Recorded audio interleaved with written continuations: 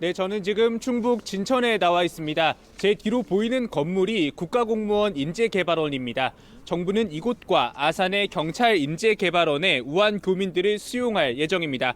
우한에서 귀국한 교민은 공항에서 먼저 감염 증상이 있는지 확인하고 감염 증상이 없으면 14일 동안 이곳에 머물게 됩니다.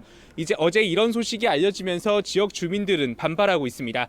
아산에선 시민들이 트랙터를 이용해 진입 도로를 막기도 했는데요. 이곳에서도 어제 밤에는 주민들이 트랙터를 이용해 인재개발원 정문을 막기도 했습니다.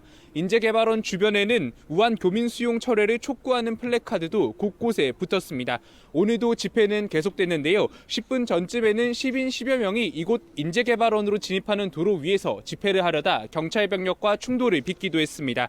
시민들은 인재개발원과 주민 거주 지역이 너무 가깝고 특히 이 주변에 학교와 어린이집이 밀집돼 있다며 아이들의 안전을 걱정했습니다. 네, 말씀하신 것처럼 아이들 안전이 가장 먼저 걱정이 되는데 집회에 아이와 함께 나온 학부모들도 많았다고요. 네, 오늘 집회에서도 마스크를 착용한 어린 아이들의 모습을 심심찮게 볼 수 있었습니다. 아이와 함께 집회에 나온 학부모들은 인재개발원과 인근 학교, 유치원, 그리고 어린이집이 너무 가깝다며 불안을 호소했습니다. 일부 학부모들은 다른 도시에 있는 친척집으로 아이들을 보내기도 했습니다. 쪽이 대전이거든요. 대전 쪽이나 공주 쪽으로 한 2주 정도 이제 애들이랑 이제 와이프만 보낼까 생각 중이에요, 지금.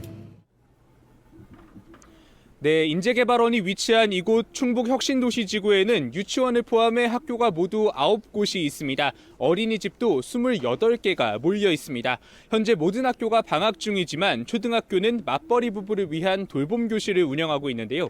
돌봄교실을 이용하는 학생 210여 명 가운데 오늘은 단 41명만 출석했습니다. 유치원 종일반과 어린이집을 이용하는 전체 원화 가운데 절반도 나오지 않았습니다.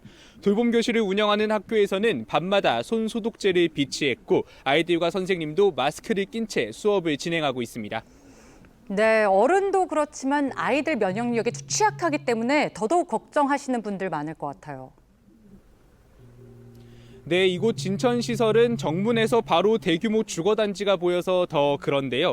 정부는 우한 교민들에 대해 2번에 걸쳐 검역을 실시하고 수용시설에서는 외부 출입과 면회를 절대 금지하겠다고 밝혔습니다. 2주 동안 이곳에 머무는데 잠복기가 끝날 때까지 밖으로 절대 나올 수 없도록 하겠다는 겁니다. 전문가들은 감염 가능성을 우려할 만한 과학적 근거가 없다고 강조합니다. 격리시설이 주민시설과 1km 이상 떨어져 있고 이곳에 수용되는 교민들은 확진 환자가 아니라 무증상자이기 때문입니다. 또 재채기를 해도 바이러스나 세균이 1에서 2km까지 번져나가긴 힘들다고 설명합니다. 전문가들은 오히려 사스를 비롯해 이전에도 몇 차례 비슷한 상황을 겪었는데도 안전한 시설을 미리 확보해 놓지 않은 정부 대처에 아쉬워하고 있습니다. 지금까지 진천에서 전해드렸습니다.